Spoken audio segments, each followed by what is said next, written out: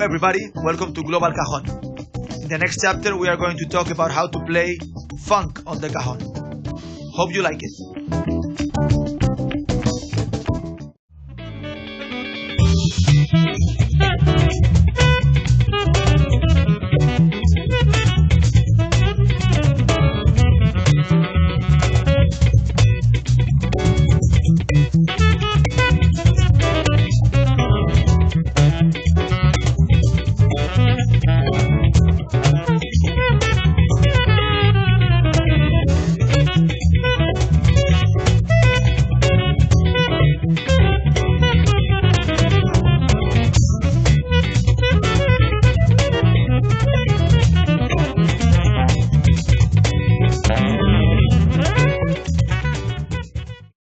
When we play funk on the cajon, we are basically emulating a drum set, where the cajon bass note would be the kick drum and the high accent note would be the snare.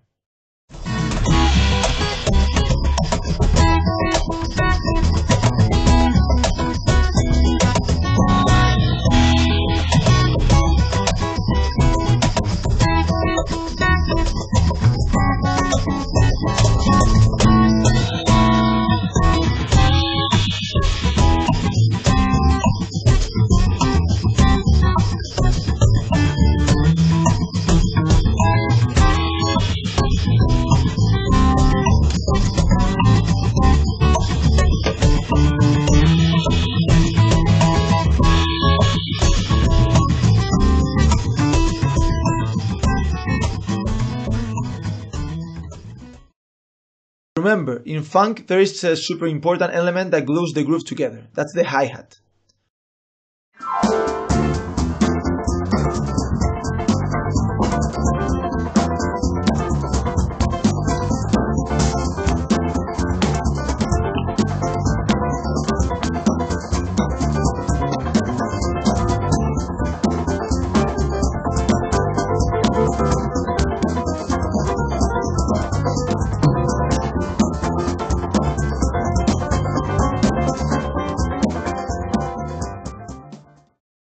In every style, but maybe even more in funk, it's very important to keep the smooth ghost notes underneath the different accents we play. Why is this so important in funk?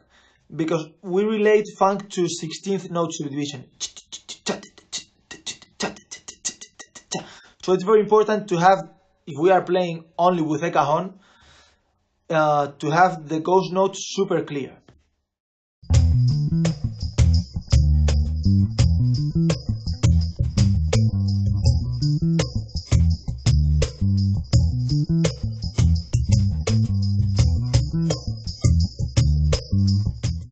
If we don't find a way to simulate that element in our cajon pattern, the groove won't sound as smooth and glued together as it could. When we are not using any other elements besides the cajon, we have to achieve that smoothness with ghost notes. What do I mean by that? What I mean is, instead of focusing only on the boom, cha, for example,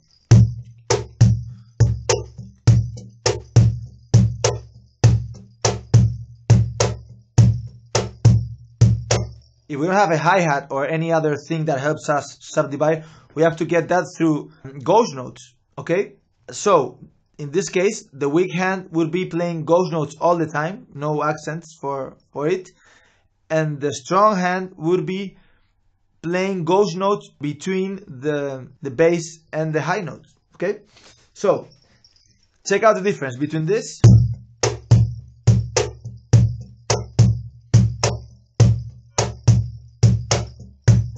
and this.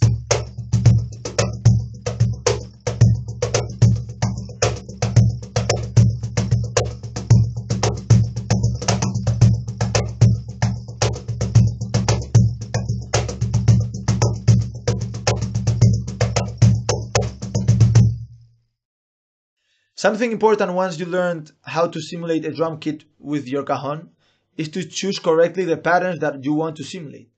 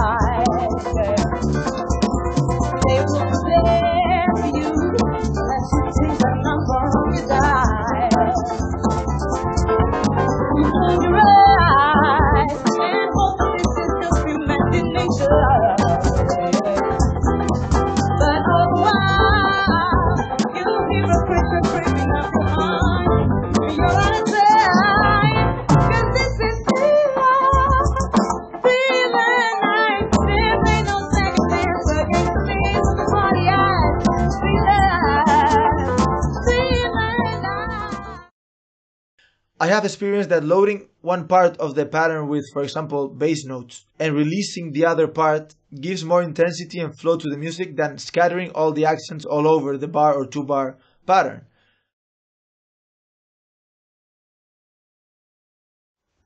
What I mean by not scattering all the bass notes here and there in a funk pattern is making a part of the pattern more dense with bass notes and then release a little bit the other part of the pattern. Let's sing something like it's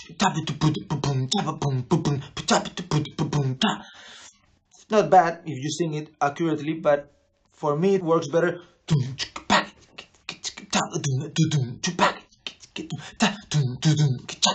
See, I put the bass more in a part,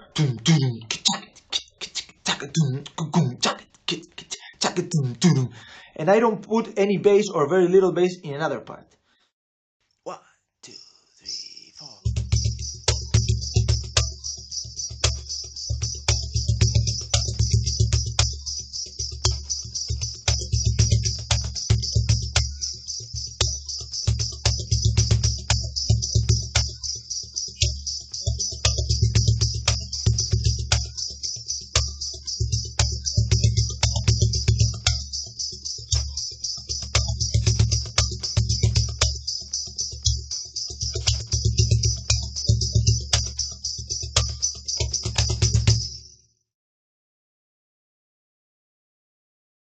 Also, something that helps is if we do longer cycles, 1 bar pattern, we do a 2 bar pattern, the feeling is more elastic and more interesting. So instead of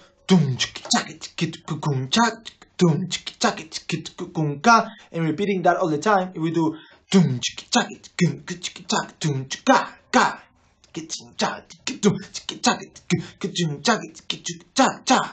for example, or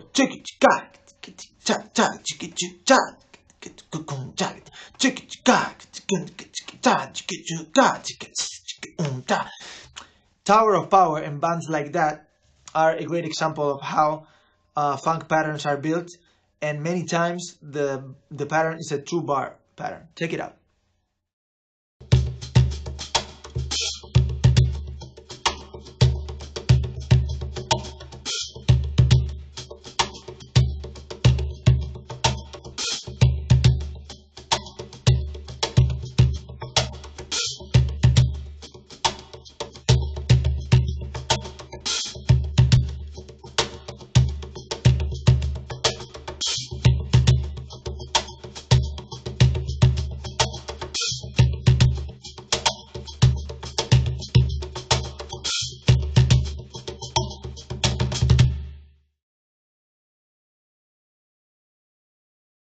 We are going to see now two very simple but groovy funk patterns. Both of them are played with one-on-one technique.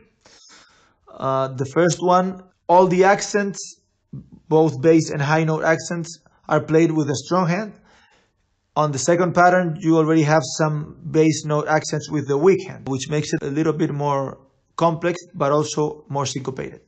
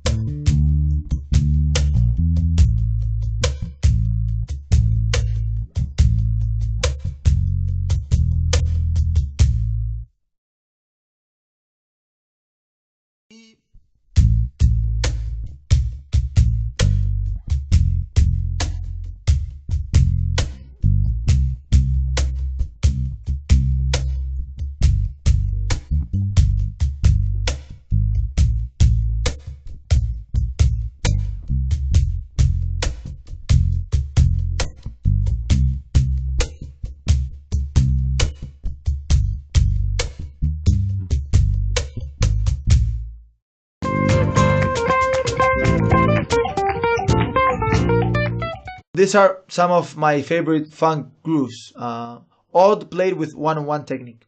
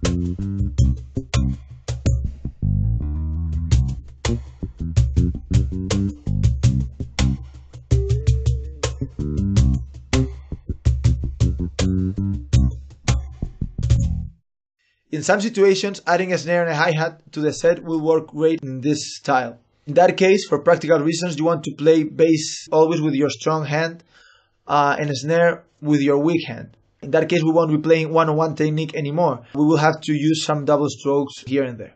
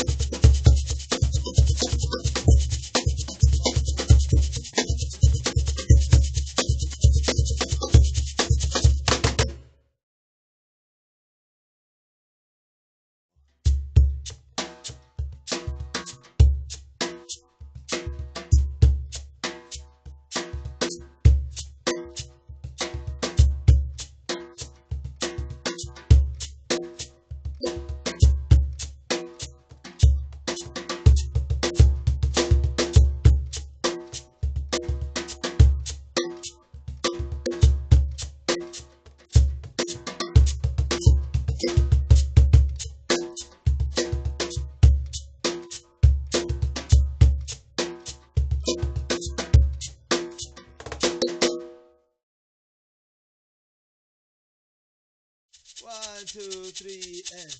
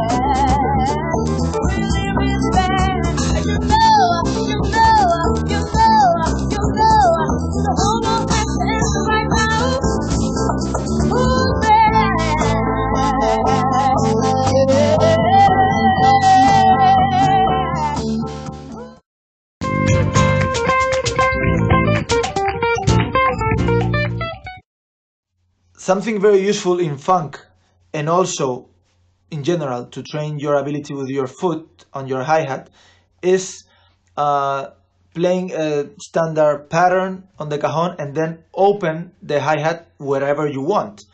In the next example, we are going to do a pattern. We are going to open the hi-hat on beat 1 for 4 bars. Then we are going to open the hi-hat on beat 2 for 4 bars, then in beat 3, and then in beat 4. And then you can do combinations of whatever, 1 and 2, or 1 and 3, 1 and 4. So check it out.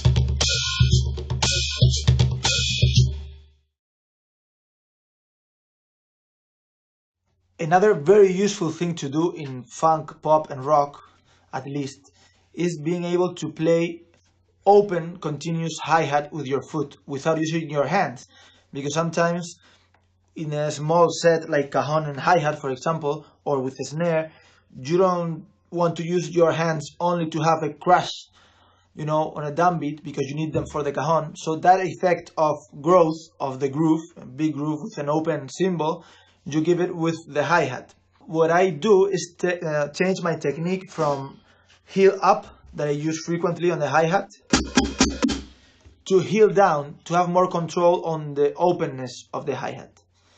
Let's check it out.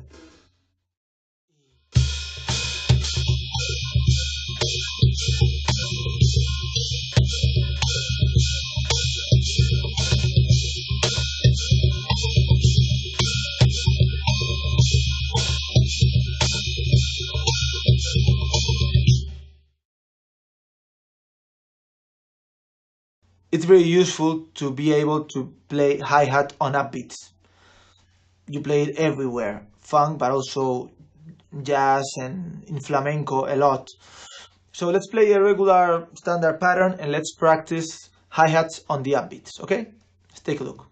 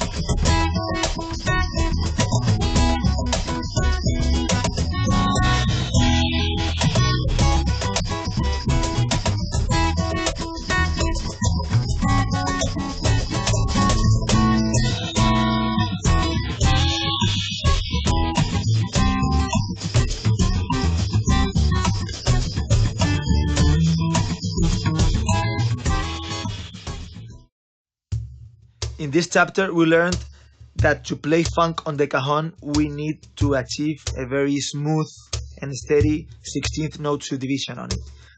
Also, using some elements as ride or hi-hat helps with that subdivision, but regardless of having those elements or not, to sound funky on the cajon, smooth subdivision and heavy bass notes on the strong parts of the bar are mandatory. Well, I hope you enjoyed this chapter. You can find many other chapters of the Global Cajon method in my YouTube channel. Also in my website or Facebook you can find the index to see all the chapters. See you around. Adios.